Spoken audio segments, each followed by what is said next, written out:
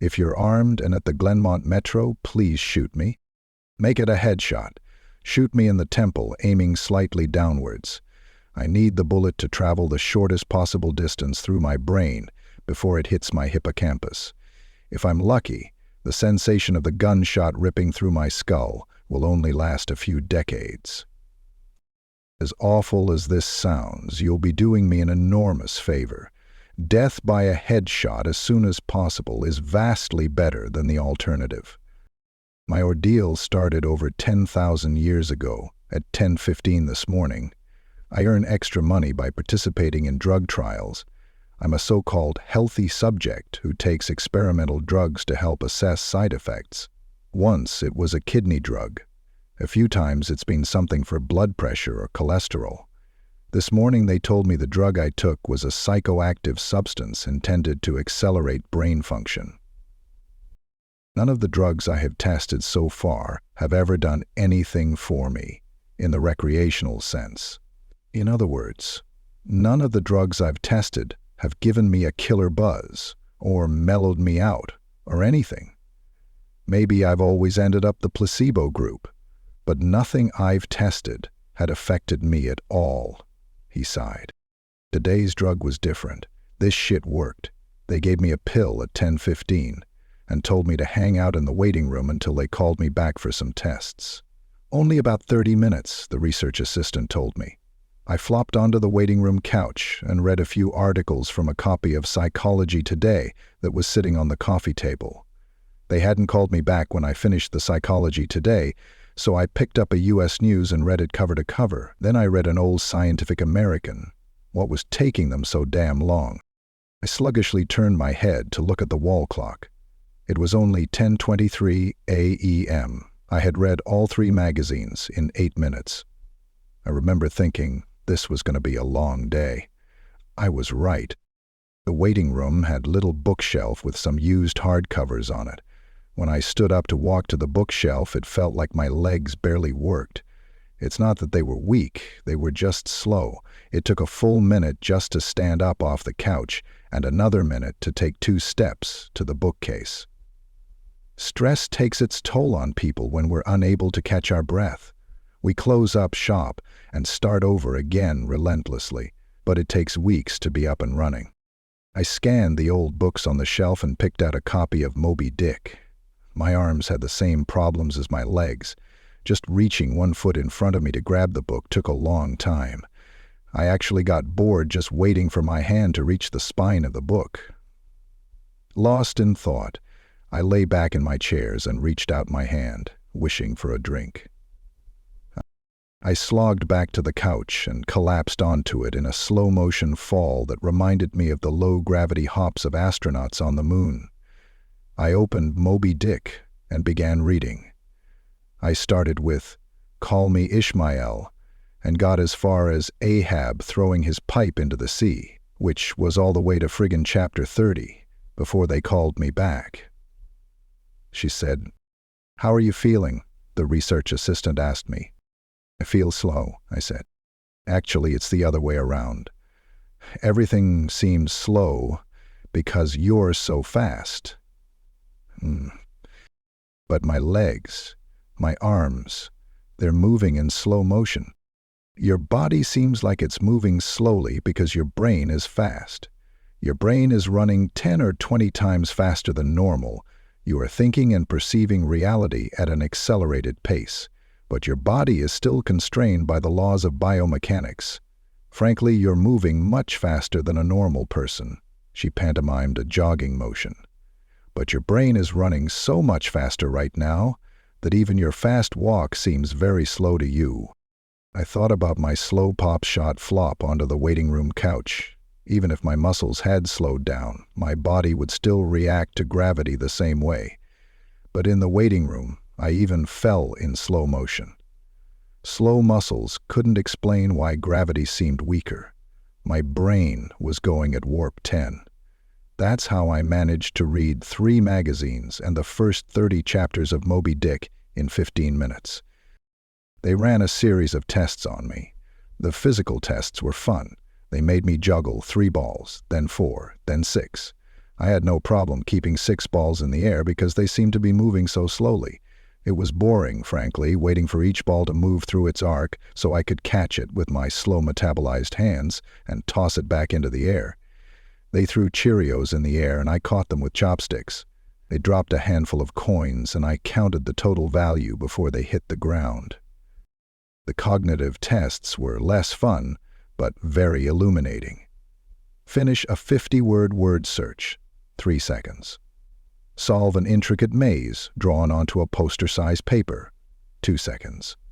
View a slideshow projected at 10 images per second and answer detailed questions about what I saw. 95% correct. They told me I measured over 250 on the KNOP scale. Apparently that's deep into the superhuman range of thinking speeds. Then they sent me home. It'll wear off in a few hours, they said, which will seem like days to you. Try to use the residual effects to get some work done. Catch up on work emails while you're still in high-speed mode. The ride home was horrible. It was only 3 metro stops, and in real-world time it only took about 35 minutes. But in my drug-accelerated hyper time, it felt like days. Days. Just walking out of the medical research suite to the elevator seemed like it took an hour. I sprinted out of the office, willing my legs to push me faster. But the laws of biomechanics held me prisoner. As accelerated as my brain was, I couldn't do anything to make my legs work faster. The huge disconnect between my body and mind made it extremely difficult to judge how and when to slow down, turn, or rotate my body. I had basically turned into giant slow-motion spaz.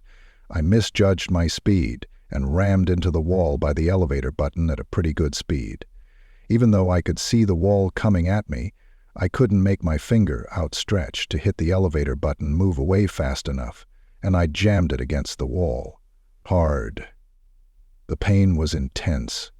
If my brain had been running at regular speed, it probably only would have hurt for 30 seconds or so, but in my accelerated state, the intense pain seemed to last for half an hour. 45 minutes, maybe. The elevator ride was horrible. It felt like I spent 4 or 5 hours just descending 7 floors, with nothing to look at but the interior of the elevator car. I sprinted to the metro station. I have to admit, this part was almost fun. Even though my body moved at what seemed to me super slow speed, I could still carefully choose how and where to place my feet, swing my arms, and turn my torso. It only took a block or two to getting used to having a brain that ran 24 times faster than my body. Then I basically sprint danced the rest of the way, twisting and juking between people on the sidewalk and dodging moving cars with inches, aka 50 minutes, of clearance. I spent an hour in my time frame, descending into the subway and running to the platform. Endless tedium, waiting the 6 minutes for the Red Line train to arrive. Although there was more to look at on the metro platform than inside the elevator, it was still intensely boring. I should have stolen that copy of Moby Dick. The Red Line train roared into the station in slow motion.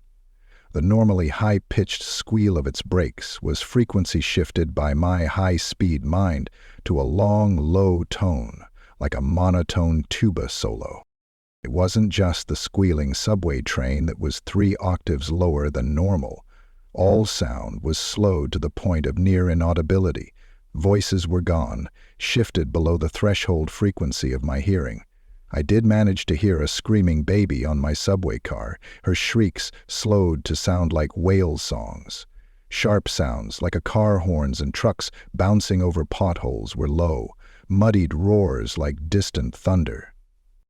Back at the research offices, I could still hear and communicate with the research staff, but now verbal communication with anyone would be impossible. The effects of the drug were still intensifying. I spent what seemed like days on that fucking Red Line train.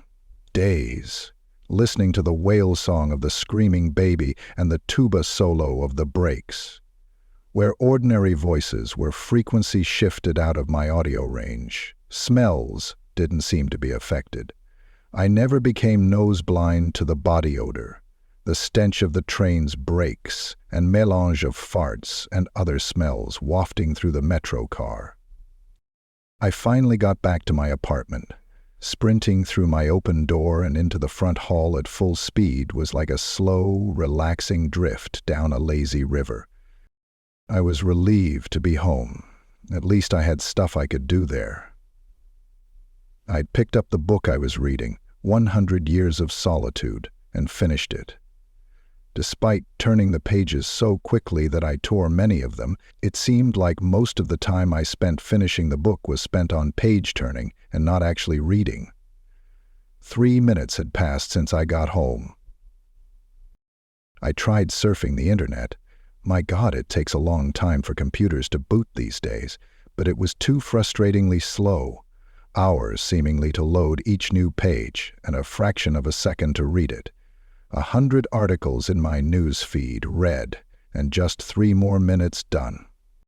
I dipped into my pile of yet-to-read books and finished 2 more. 4 more minutes had passed. I decided to try to sleep off the remaining effects of the drug.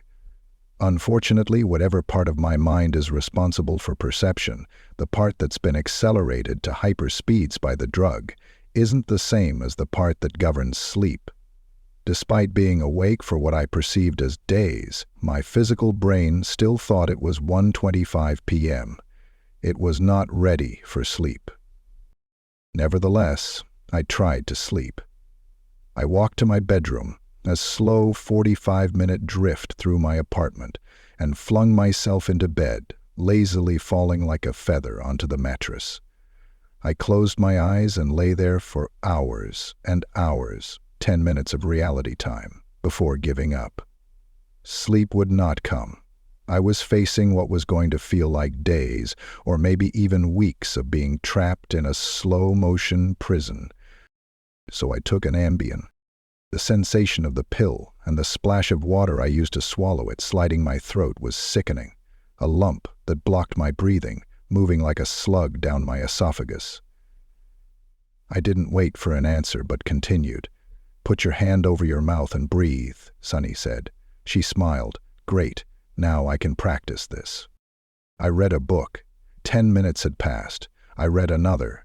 18 minutes since I took the Ambien. I threw the book across the room in disgust at my situation. The book slowly pirouetted and spun through the air, like a leaf blowing in a breeze. It hit the wall with a long, faint rumble, the only sound I had head for, what seemed like hours, then drifted to the floor like a flip-flop sinking in a swimming pool. The force of gravity hadn't changed since I took the pill. The laws of physics were the same. It was just my perception of time that had gone wackadoo. This meant I could use the speed things seemed to fall as a way of judging the effects of the drug. Based on how long it took the book to drift to the floor, I estimated the effects of the drug were still intensifying. I read a magazine. I turned on the television. I clearly saw each frame of video like I was watching a slideshow. Frustrated, I turned the television off. I read some more. The first 2 books of Churchill's A History of the English-Speaking Peoples. Not exactly a light read. Frankly, I hated it. But given the hours of tedium it would take to go get another book off my bookshelf, just sitting on the couch and reading Churchill was better. Or at least less worse. It had now been 35 minutes since I took the Ambien. I lay down on the couch and closed my eyes. Time passed. I inhaled. That sounded like an hour. Now I felt disoriented. Quiet fell back. I exhaled for more hours. Sleep would not come. I needed a new plan. I decided to go back to the offices where they gave me the drug. Maybe they would have something that could counteract its effects, or at least something to knock me out until it wore off. I exited my apartment as fast as possible, taking hours in my time frame to do so. I didn't even bother locking the door. It would have taken too long. Down the stairs. It's faster than the elevator if you run, through the lobby, out the front door and onto the street. These few things felt like a long day at the office. Sprinting down the street, dancing and weaving between pedestrians with what must have looked to them superhuman dexterity. Down the first flight of stairs at the metro, across the landing. Another hour. Then on to the second flight of stairs. That's when the Ambien hit me. The Ambien didn't make me sleepy.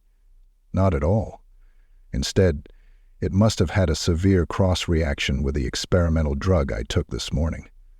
I was bounding down the second flight of stairs, moving in slow motion, but still making perceptible progress. Then, wham! Everything stopped. The dull roar of the street and metro noise ceased, replaced by the most perfect silence I've ever experienced. My downwards motion seemed to completely freeze. Before the Ambien kicked in, my perception of time was maybe a few hundred times slower than real time. After the Ambien took effect, time moved thousands of times slower. Every second seemed like days to me. Even just moving my eyes to focus on a new point was like an impossibly slow scroll across my visual field. Over the course of the afternoon, I learned how to walk, run, and jump when my mind ran hundreds of times faster than my body. But with another 4 or 5 orders of magnitude of slowdown caused by the Ambien, body control was almost impossible.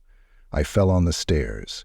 Even though I was all but frozen in mid-step, controlling my muscles was impossible. I commanded my foot forwards for hours, then backwards for hours more, when it seemed like I would miss the next step. Hours attempting to adjust the angle of my ankle, then readjusting when it felt wrong. Despite these efforts, I rolled my ankle on the next step. The pain wasn't at all mitigated by the slowness. Hours of increasing strain on my bent ankle. The nerve signals that send pain into the brain must work differently than the nerves in my ear. Sonic energy was spread out over time, diluted until it was imperceptible. Pain flowed into my brain undiluted by the change in my perception of time. Oriented by the change in my perception of time, hours and hours of increasing weight on my turned ankle turned into hours of increasing pain upon increasing pain. Pain. I pitched forwards, my high-speed mind completely unable to control my low-speed body. I drifted downwards for days, managing to rotate my torso enough to keep my head from impacting the ground first. I eventually landed on my right shoulder. At first, the impact wasn't even noticeable. Then I felt a slight pressure in my shoulder as it came in contact with the ground. The pressure grew, bringing increasing pain. For hour upon hour, my shoulder finally gave out, popping out of its socket with an endless, sickening tug. I came to a stop days later, crumpled onto the ground, staring at the ceiling, the pain in my shoulder still screaming with the intensity of a fresh, violent injury. I had plenty of time to think during that fall. If every second seemed like days to me, then each minute of real-world time would be like years. Even if the drug cleared out of my system in the next 2 or 3 hours, this nightmare would seem to last centuries. I didn't dare think. I had too much to concentrate on in the next 2 or 3 hours. This nightmare would seem to last centuries. By the time I hit the ground, I had a plan. I would somehow get to the platform and throw myself in front of a train. I twisted onto my hands and knees, days of my dislocated shoulder crying for relief. I misjudged my rotation and rolled onto my back. I tried again, collapsing onto my face as I tried to figure out how to control a body that moved slower than grass grew. Weeks of effort were finally rewarded with success. I stabilized on my hands and knees. If just getting on all fours was this difficult, I figured that walking or running was completely out of the question, so I crawled. I crawled through the metro tunnel. The dumb looks on the faces in the crowd lingered on me for weeks. I crawled under the turnstile and onto the escalator. The escalator spilled the rush-hour crowd onto the platform at the same speed a glacier spills ice into the sea. I looked out over the crowded platform during my interminable downward ride. The train status sign said the next train wouldn't arrive for 20 minutes. 20 minutes was like a year to me. I'd have to spend a year on the metro platform, waiting to die. I crawled off the escalator, enduring days of stupid expressions on the commuters' faces. I crawled a few feet to a concrete bench and curled up next to it, trying to find a position to lessen the pain in my shoulder. Then my problem with time got worse. impossibly worse. The massive slowdown on the stairs was just the beginning of the interaction between the experimental drug and the Ambien.